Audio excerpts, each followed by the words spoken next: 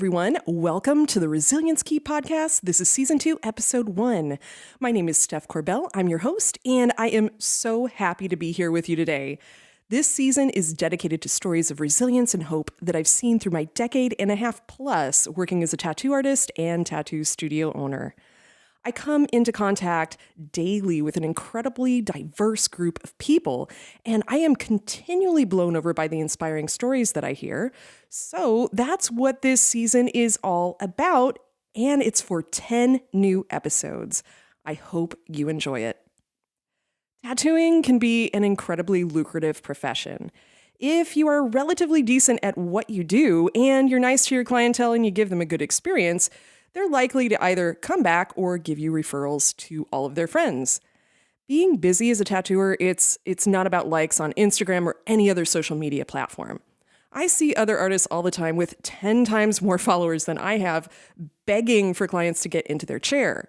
Meanwhile, I'm not that focused on social media. I mean, I use it, but I'm not obsessed by these vanity metrics, likes, and follows. And even so, I get booked out months and months in advance with very little promotional efforts. Why? I make my clients comfortable. I listen to them. I give them a good experience. My shop is welcoming. It's inclusive. It's not intimidating to walk in the door. I'm a big believer in good customer service, and I take care of anyone who walks in. Plus, I do reply to each and every single comment, email, text, voicemail, message, and DM that I receive personally. Yes, this keeps me inordinately busy, but it is absolutely worth it. And I am not saying any of this to brag, but rather to relate a truly important point, which is the whole topic of this episode. In life, connection is key. I tell people all the time that I never got a single job worth having by actually applying randomly for it. Nope. Prior to tattooing, I worked in music and theater as well as academia, and every gig, every job, every contact, it all came down to knowing someone. Someone who maybe knew someone else who was looking for someone like me for a certain gig. And then a phone call comes, boom, and I am working. I have never had an issue making a living or lining up the next job. In a world where social media rules these days, where a lot of us base our worth on the number of likes we get on a post, it becomes this omnipresent illusion that this online meta network is reality. And while I'm not so much of a Luddite that I think we all need to throw all this away and start fresh while living tech-free out in a desert yurt, I do think we need to get more perspective. Connection, specifically in-person connection, is where it's at. In-person connection is how we grow, how we develop, we change, we network, we find meaning, we find love and support all in a real life, face-to-face, physical context. Now, while I've always prioritized in-person connections, the true ultimate importance of it all really came to light to me during the lockdowns of 2020. And for me personally, living in California, we had some of the most strict policies here in the US, and I suffered through 8.5 months of my business being forced to close. We shut down and reopened 3 times during that period, and wow, during each reopening, the changes I started to see in longtime clientele were really intense. People I had known for being gregarious or outspoken, flamboyant, and super fun to be around often became these casualties of anxiety and panic. I heard more and more stories about folks getting on psych meds just to get through it, and hey, there is no shame in that. I'm a believer in using what you have in times of crisis. But I did witness personally a number of clients I truly cared about go down this rabbit hole of despair, never to reemerge. In fact, within a 2-week period in the summer of 2020, I kid you not, 4 of my former clients passed away, either from suicide or overdoses. And you want to talk about a sobering moment there, illustrating that impact of the loss of connection and support.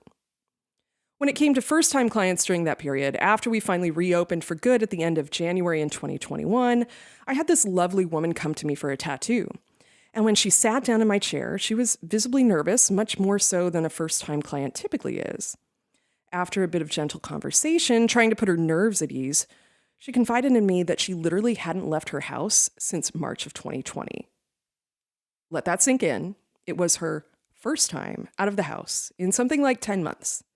No walks outside, no grocery shopping, no nothing outside, just her and her family inside the house in front of the computer, working away, watching TV, all that good stuff. That was probably one of the most extreme cases I saw in terms of loss of connection, and its impact on her was absolutely palpable. Now, look, this is meant to be an inspiring podcast about resilience, not a depressing one, and I am only telling you this story to illustrate my point.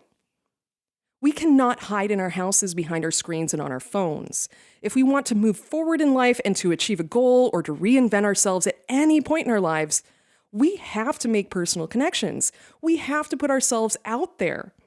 As an introvert who gets exhausted by social interaction and who prefers to go to bed by 8 p.m. every single night, believe me, I too am challenged by this, but the jobs that I work as a tattoo artist and part-time as a flight instructor, these jobs force me to get outside and to talk to people every single day.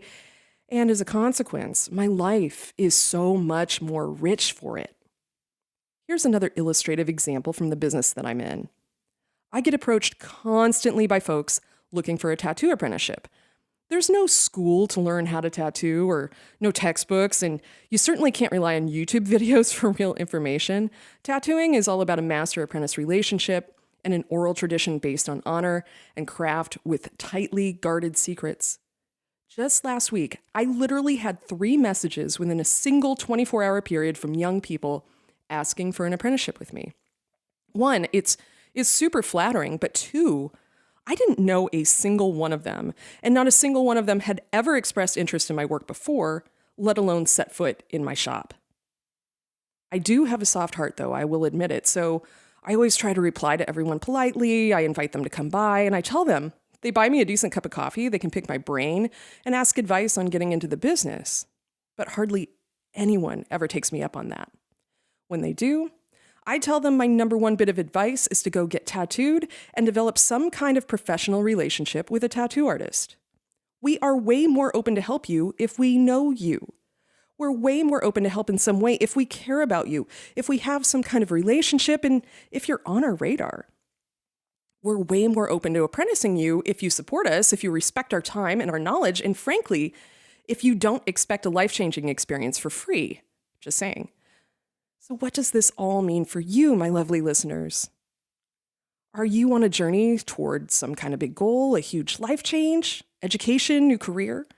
The advice I give is the same, and it works pretty much every single time. You have to put yourself out there and personally connect with folks who are doing what you want and with folks who have what you want. You need to learn in person. Connect in person.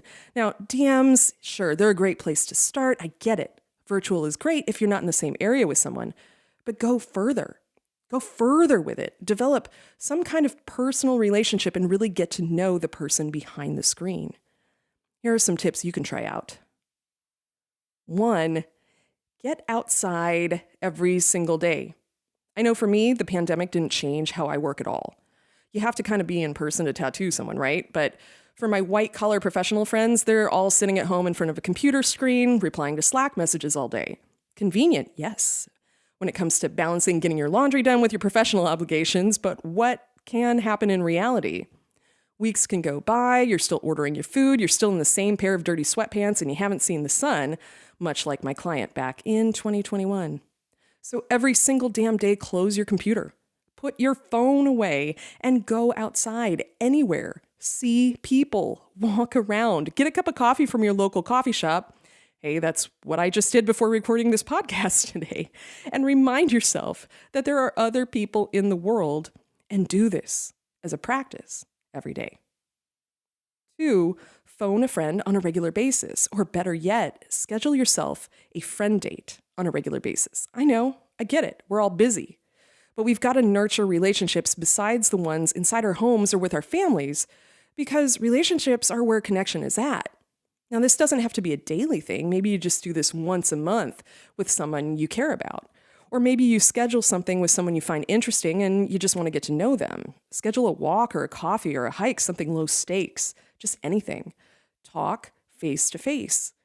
You never ever know where these in-person connections are going to lead you. And a lot of times it may seem like a person might not have anything to do with your own personal goals. But who knows, maybe someone in their network actually does. And someone who cares about you is much more apt to help you out and support you than someone who's never met you before. 3, Do something every day that's outside of your comfort zone. Again, for those of you working online daily in your home offices, it's so easy to get complacent, am I right? We're all suckers for the comforts of routines, but shake it up every day. This could include anything from having a random conversation with someone at that local coffee shop to taking a class, or just going to the gym to exercise. It doesn't have to be something dramatic like skydiving, just something little every day to flex those muscles to avoid complacency and inertia. I get it, I love Netflix as much as the next person, but it's way too easy to get sucked into a binge on the couch, and suddenly weeks have gone by without doing something challenging. And a secret here? The more you challenge yourself, the easier it is to be uncomfortably challenged. I hope these tips help you. I am in your corner and I'm absolutely cheering you on. And if you put any of these tips into practice, please let me know. Connect with me. I would love to hear from you. You can reach out on my website at stephcorbell.com. That's Corbell. I am also on all the social media platforms. The links are all in this episode description. And do me a favor, if you like what you heard today and you found it helpful, go ahead, rate the podcast, give it a share in your social media, tag me, and don't forget to subscribe. I'll be back in 2 more weeks with a brand new episode. And until then, remember that you're more resilient than you realize and you're stronger than you know.